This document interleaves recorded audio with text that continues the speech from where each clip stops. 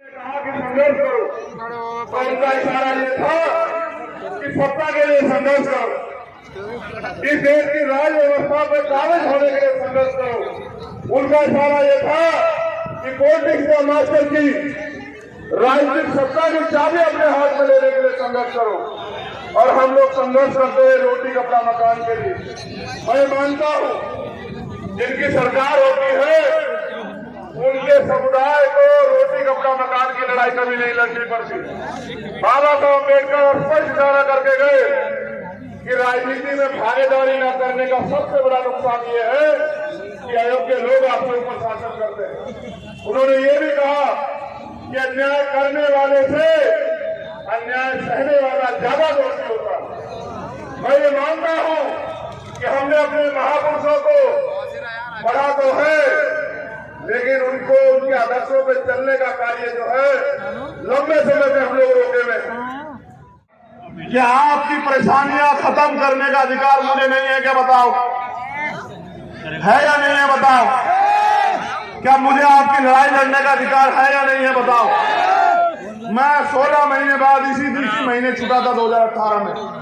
आपको लगता है कि मैं आपकी लड़ाई को कमजोर कर सकता हूं? आपको लगता है मेरे रहते आप लोग कमजोर हो सकते हो? आपको लगता है अगर हम ताकतवर हो, ये मूवमेंट आगे बढ़े तो आप बेरोजगार रह सकते हो? आपको लगता है कि अगर हम सत्ता में हो तो किसी बहन बेटी की तरफ कोई आंख उठा के देख सकता हो?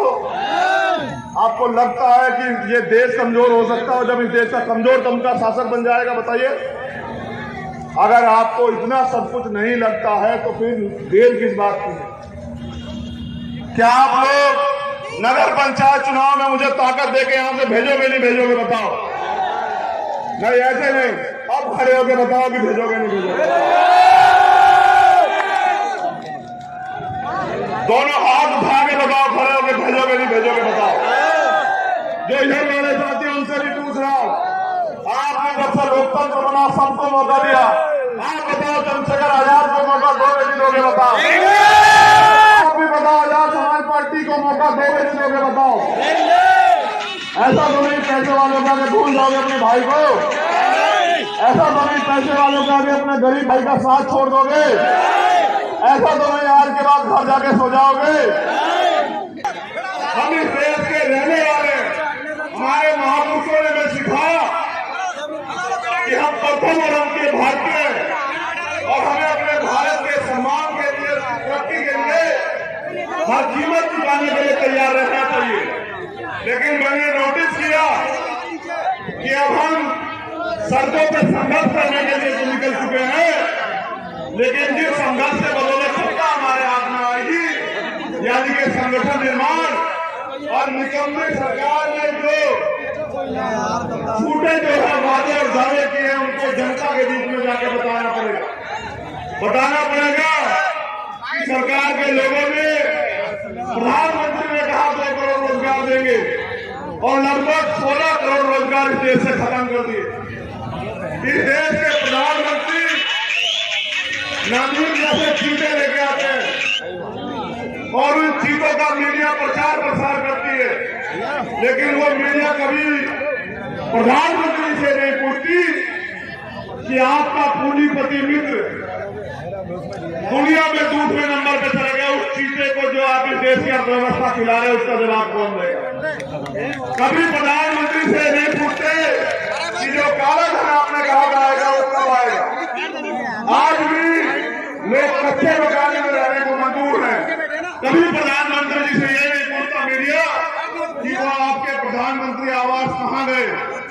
कभी प्रधानमंत्री से ये नहीं पूछते आप जो मेक इन इंडिया की बात करते थे और आज इंडिया जो है बेरोजगारी में इतने बड़े नंबर पे जा रहा है, इसका जवाब कब दोगे? जब जिस देश का मीडिया बिकाऊ हो जाए उस देश की जनता को विद्रोह कर देना चाहिए। ये लोकतंत्र है। आज का विद्रोह, आपका विद्रोह इसी बात में है कि जब आपको मौका मिले वोट देने का, तब आप ऐसी गहरी सरकारों को वोट से जवाब देकर इनको सत्ता से बेदखल करने का काम कर दो और ना निकलनी सरकारें रहेंगी और ना ही हमारे देश को, प्रदेश को ये दिन देखने पड़ेंगे। आज हालत बद से बदतर है, चारों तरफ हाहाकार मचा है। अगर पूरे देश को किसी में उम्मीद है कि वो निकम्मी सरकार के खिलाफ लड़ सकता है, तो वो सिर्फ और सिर्फ भीम आर्मी और आजाद समाज पार्टी है। कोई सीबीआई की वजह से, कोई ईडी की वजह से, कोई इनकम टैक्स की वजह से, कोई मुकदमों की वजह से, अगर कोई संगठन है, कोई दल है जो ना जेल से डरता, ना मुकदमों से डरता, ना ही लाठों से डरता, तो मुझे डर है कि लोग संगठन का कार्य करता हूं भीम आर्मी का, तो सरकार को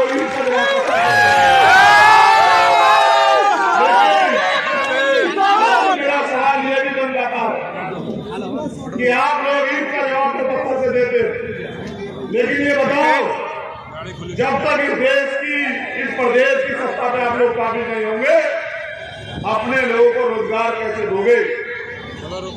ये जो सारा निजीकरण करके सरकारी सिस्टम बेचा जा रहा है, उसको कैसे बहाल करोगे? जहां सरकारी नौकरियां खत्म की जा रही हैं, नौजवान बेरोजगार है और सरकारी नौकरियां खत्म की जा रही है, तो लोगों की जिंदगी में रोशनी कहां से आए? जहां पूंजीपतियों को थोड़े थोड़े दामों पे जमीनें बांटी जा रही है, वहां आपके रहने के लिए जमीन नहीं है। इसका जवाब आप कहां से दोगे?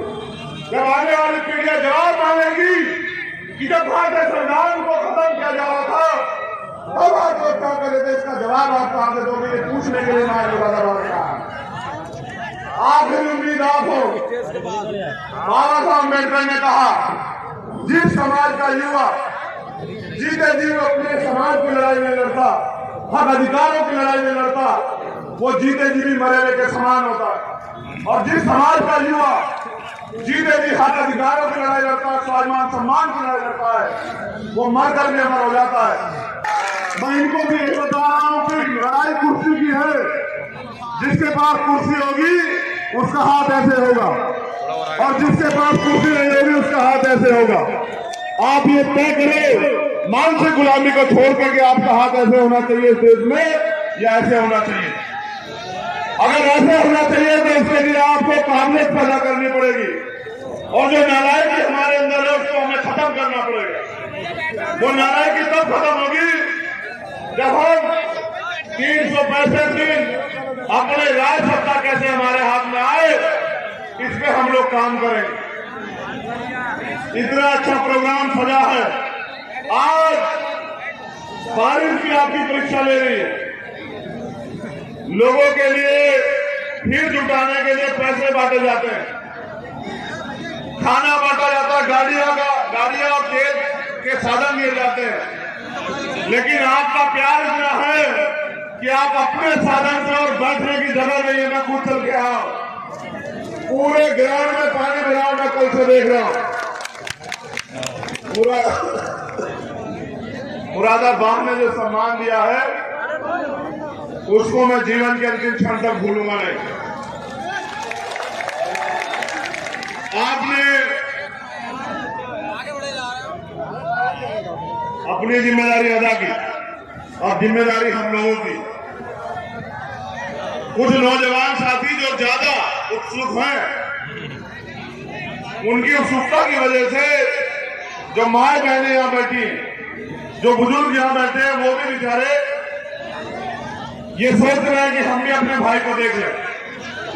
इसीलिए मैंने सिकंदर बोध जी से कहा कि भाई आप मुझे बुलवा दो, क्योंकि मुझे कहते हैं लोग बैठेंगे। अभी तो ये किसी और की नहीं मानते हैं, अभी तो सिर्फ मेरी मानते हैं।